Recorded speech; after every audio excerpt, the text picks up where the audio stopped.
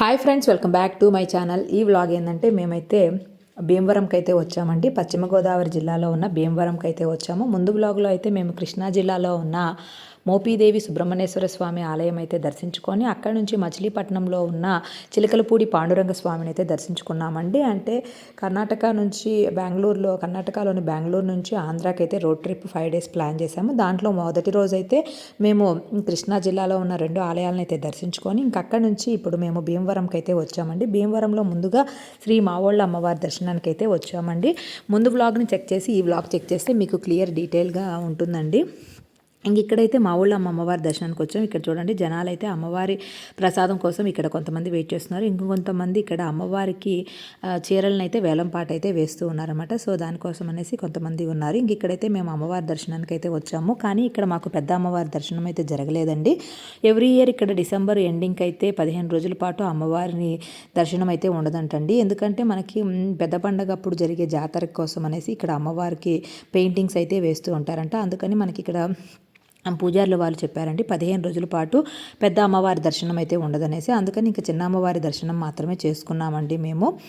ఇంకా ఇక్కడ చూడండి, అమ్మవారి చీరలు వేలంపాట వేస్తున్నామని చెప్పారు కదా. ఇంకా తర్వాత ఇక్కడ ఆలయ చరిత్ర ప్రకారం అయితే మనకి 1900వ శతాబ్దంలో అయితే ఇక్కడ అమ్మవారు మారేళ్ల మంచిరాజు అలానే గ్రంథి అప్పన్నలకు కలలో కనిపించి ఆలయం నిర్మించమని కోరగా వారు విగ్రహాన్ని వెతికి పాకలో అయితే ఉంచారంటండి. 1910లో అయితే వరదల్లో విగ్రహం పాక్షికంగా దెబ్బతిన్న 1920లో అయితే శిల్పి తాటవోలు నాగభూషణాచార్యులు అయితే పునరుద్ధరించారు. ఈ ఆలయము భీమవరంలో అత్యంత శక్తివంతమైన గ్రామ దేవతగా ప్రసిద్ధి చెందినదండి. మనకి శ్రీ మావోళ్ళ అమ్మవారు చాలా పవర్ఫుల్ టెంపుల్, పురాతనమైన టెంపుల్ అండి. ఇంకా కాకపోతే మాకు ఇంకా ఇప్పుడు డిసెంబర్ ఎండింగ్కి చెప్పాం కదా, అమ్మవారికి పెయింటింగ్స్ వేస్తున్నారు కాబట్టి మనకి పెద్ద అమ్మవారి దర్శనం అయితే దొరకలేదు. సరే, ఇక చిన్న అమ్మవారి దర్శనం అయితే చేసుకున్నామండి. ఎందుకంటే ఇక్కడ పెద్ద పండగప్పుడు చాలా బాగా చేస్తారండి అమ్మవారి జాతర. అందుకని ముందుగా ఇక్కడ 15 రోజుల పాటు పెద్ద అమ్మవారికి పెయింటింగ్స్ అన్నీ కూడాను మంచిగా నిర్వహిస్తారు.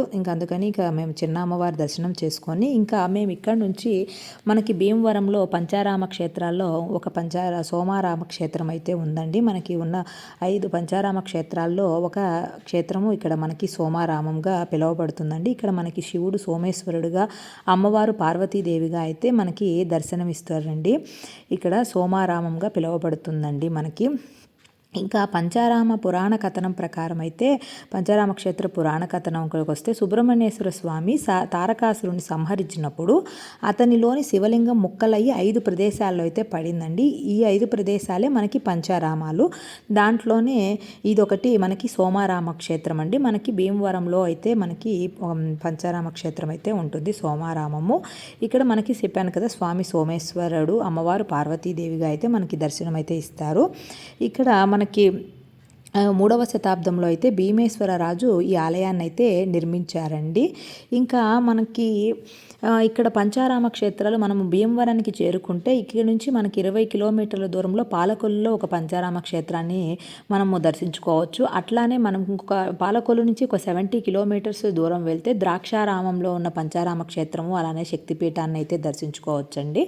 ఇంకా అక్కడి నుంచి కొంచెం ముందుకు ఒక 20-30 kilometers వెళ్తే సామర్లకోటలోని పంచారామ క్షేత్రాన్ని కూడా మనము దర్శించుకోవచ్చండి. ఈ విధంగా మనం ఇక్కడ భీమవరానికి చేరుకుంటే అట్లానే మనకి అమరావతి దగ్గర అమరారామ పంచారామ క్షేత్రం కూడా ఉంది. కానీ ఇక్కడ భీమవరం దగ్గరకు వస్తే మన ఈ 4 పంచారామ క్షేత్రాలని చాలా ఈజీగా అయితే మనము దర్శించుకోవచ్చండి. మనకి ఇంకా కార్తీక మాసంలో అయితే మనకి ఒకే రోజులో అంటే రాజమండ్రి నుంచి ఇంకా వేరే ప్రదేశాల నుంచి మనకి ఇక్కడైతే బస్సులు కూడా ఏర్పాటు చేస్తారండి.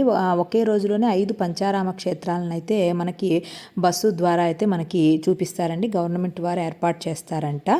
ఆ విషయం కూడా మనకి ఇక్కడ స్థానికులు అయితే చెప్పున్నారనమాట. అంటే కార్తీక మాసంలో మాత్రమే ఉంటుందండి. అంటే ఒకే రోజులో మనకి 5 పంచారామ క్షేత్రాలు కార్తీక మాసంలో దర్శించుకోవచ్చు. అంటే మనము రాజమండ్రికి కానీ ఇంక ఇక్కడ దగ్గరలో ఉన్న ప్రదేశాలకు చేరుకుంటే మనకైతే ఆ ఫెసిలిటీ ఉంటుందని ఇక్కడ స్థానికులు అయితే చెప్పారండి.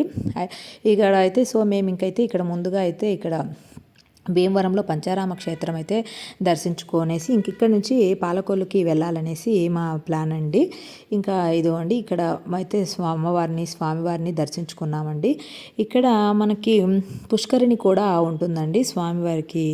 ఇక్కడైతే మనకి పుష్కరిణి కూడా 3వ శతాబ్దంలో అయితే నిర్మించారండి ఈ ఆలయము. తర్వాత మనకి ఇక్కడ ఆలయంలో ఇక్కడ ఎప్పుడు కూడాను తామర పువ్వులతో కప్పబడిన చంద్రకొండం అనే చెరువు కూడా ఉంటుంది. ప్రధాన ఆలయం ఎడమ వైపునైతే హనుమంతుడు మరియు శ్రీరాముని ఆలయాలు అయితే కూడా ఉంటాయి.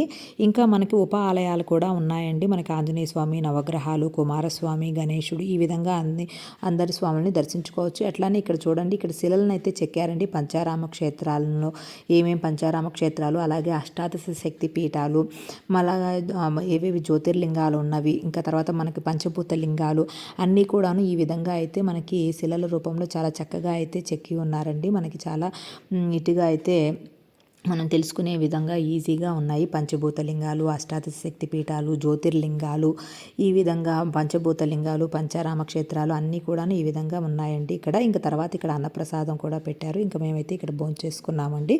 ఇంక ఇక్కడైతే భోంచేసుకొని ఇక్కడ ఉన్న ఉప ఆలయాలను కూడా దర్శించుకున్నాము. ఎదురుగా కూడా మనకి జమ్మి వృక్షం ఉందండి. జమ్మి వృక్షము అదే చెప్పాను కదా, పుష్కరిణిని కూడా దర్శించుకొనేసి ఇంక ఇక్కడ నుంచి మా ప్రయాణం అయితే ఇంకా పాలకొల్లు వైపుకైతే వెళ్ళామండి. ఇంక మేము గుళ్ళోనే ప్రసాదం తీసుకున్నాం కదా, ఇంకా ఆల్మోస్ట్ ఇంకా దర్శనం అయ్యేసరికి మాకు ఇక్కడంతా చూసుకొని అయ్యేసరికి 1:30 అరౌండ్ అయిందండి. ఇంకా మేము పాలకొల్లుకి ఇక్కడ నుంచి జస్ట్ 20 కిలోమీటర్సేనండి.